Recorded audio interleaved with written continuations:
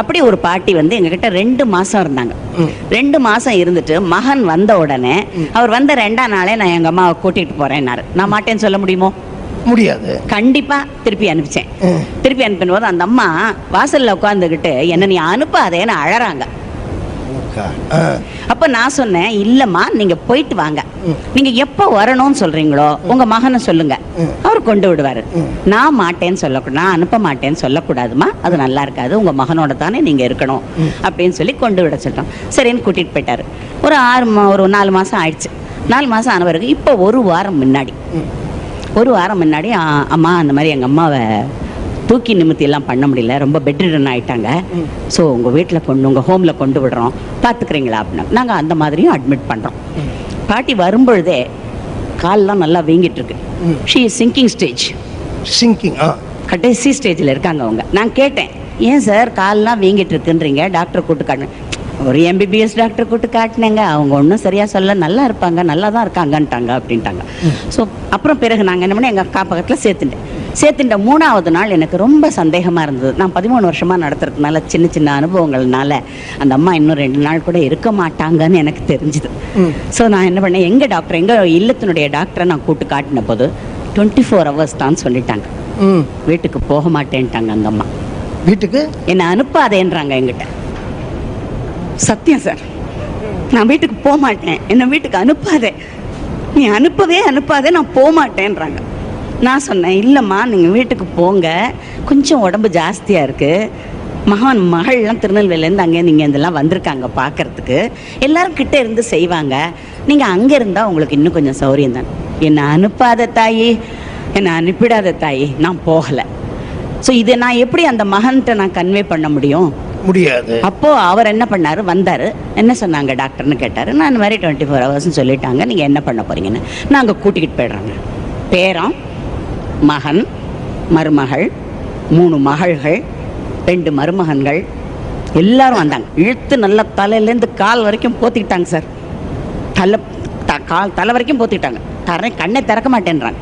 சரி, அதுக்கப்புறம் என்ன பண்ணாங்க, மகளும் மருமகளும் துளசி தண்ணி கொஞ்சம் ஊற்றுறோம். ஊற்றுங்க. துளசி தண்ணி ஊற்றுறோன்னா வாயில் ஊற்றுறோம், கொஞ்சம் இது பண்ணுங்க, நீங்கள் அலோவ் பண்ணுங்க அப்படின்னு சொன்னாங்க. அலோவ் பண்ணுங்கன்னு உடனே நான் சொன்னேன், தாராளமாக ஊற்றி பாருங்க. மருமக கெஞ்சுறாங்க, மகன் கெஞ்சுறான், பேரன் கெஞ்சுறாங்க, மக கெஞ்சுறா, வாயே திறக்காத நல்லா இழுத்து போர்வை எடுத்து வாய் பக்கம் மூக்கு வரைக்கும் மூடிக்கிட்டாங்க சார். ஸோ அப்போ நான் என்ன பண்ணேன், சார் கொஞ்சம் இருங்க, தொண்டைக்காயிருதுன்னு தானே நீங்கள் ஃபீல் பண்ணுறீங்க, நான் வேணா கேட்டு பார்க்குறேன், நீங்கள் யாராவது ஊற்றலாம் அப்படின்ட்டு நான் சொன்னேன். நான் கையில் பால் ஹோம்லேருந்து கிச்சன்லேருந்து எடுத்துகிட்டு போய், அம்மா நான் வந்திருக்கேம்மா, கொஞ்சம் வாயை திறங்க, பால் வாயில் கொடுறேன், தொண்டை காஞ்சி போயிடும், ரொம்ப நேரமாக வாய் திறந்துக்கிட்டே இருக்கீங்க நீங்கள் அப்படின்னு. நம்ப மாட்டீங்க சார், போர்வை அப்படியே எடுத்துட்டு வாயை நல்லா திறக்கிறாங்க சார்.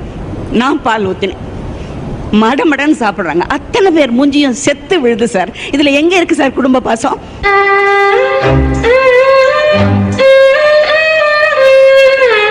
என்னுடைய காப்பகத்தில் இருக்கிற அத்தனை முதியோர்களுமே கடைசி நேரம்னு டாக்டர் சொல்லிட்டாங்கன்னா பக்கத்தில் இருந்து அரை மணிக்கு ஒரு தடவை நான் அவங்க வாயில் பால் ஊற்றிட்டுட்டேன். அவங்க உயிர் போகும்போது என் கை பிடிச்சுன்னு தான் சார் போகும். என் கையை பிடிச்சிக்கிட்டு தான் அவங்க உயிர் போகும். சத்தியம். இதுக்கு சாட்சி வேணும்னாலும் நான் எத்தனை பேர் வேணாலும் கூப்பிட்டு சொல்லுவேன். அதுதான் உண்மை. பிறகு என்ன பண்ணாங்க, வந்தாங்க. நான் என்ன சொன்னேன், ராத்திரி பூரா பால் குத்தியாச்சு, காலையில் இங்கே வரணும், நான் கடைசி இன்டர்வியூக்கு வந்தாகணும். நான் எங்கள் ஐயாட்ட சொன்னேன், இல்லை நான் போகலைப்பா, பரவாயில்ல அப்படின்னு.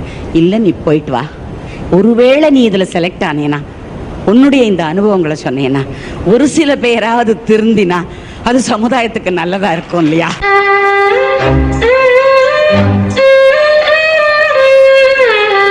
இன்டர்வியூவில் உட்காந்துருக்கேன் சார், என்னால் உட்கார முடியல சார்.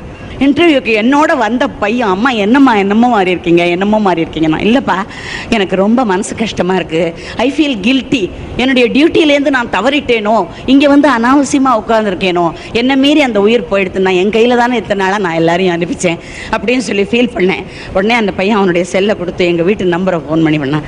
நான் ஃபோன் பண்ணுறேன், 10 நிமிஷம் ஆறுது பாட்டி போய், அதனால தான் நீ இவ்வளோ வருத்தப்பட்டிருக்க அப்படின்னு எங்கள் ஐயா சொன்னார்.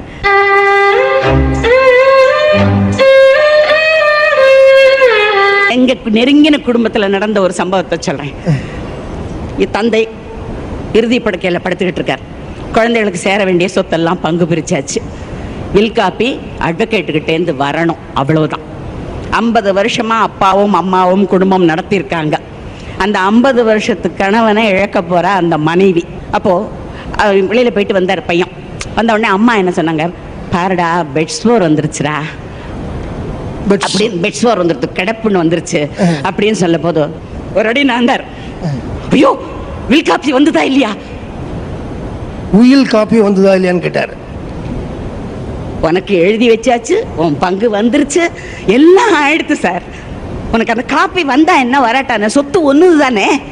ஒரு அந்த 50 வருஷம் வாழ்ந்த அந்த தாய் தன்னுடைய கணவனை இழக்க போறா. அம்மா தோ போய் நான் ஓடி போய் டாக்டர் கூட்டினறேம்மா, இல்லாட்டா பவுடர் போட்டு விடுறேம்மா, ஏதாவது செய்யறேம்மான்னு சொல்லியிருந்தா அந்த தாயோட மனசு எவ்வளவு சந்தோஷப்பட்டிருக்கும் சார். எங்க இருக்கு சார் அன்பும் பாசமும்?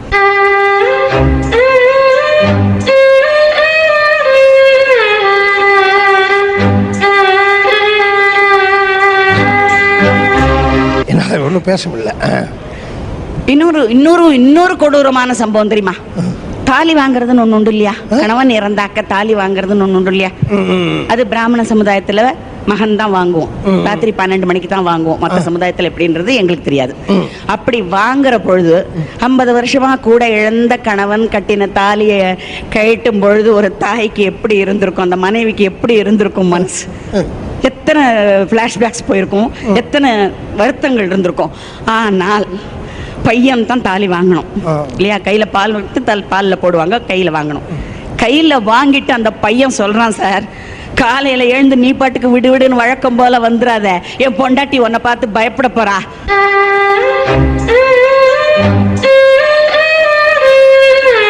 அந்த தாயுடைய உணர்ச்சியை புரிஞ்சுக்காத பையன் இருக்கிற வரைக்கும் குடும்பத்துல எங்க சார் அன்பும் பாசமும் இருக்கு?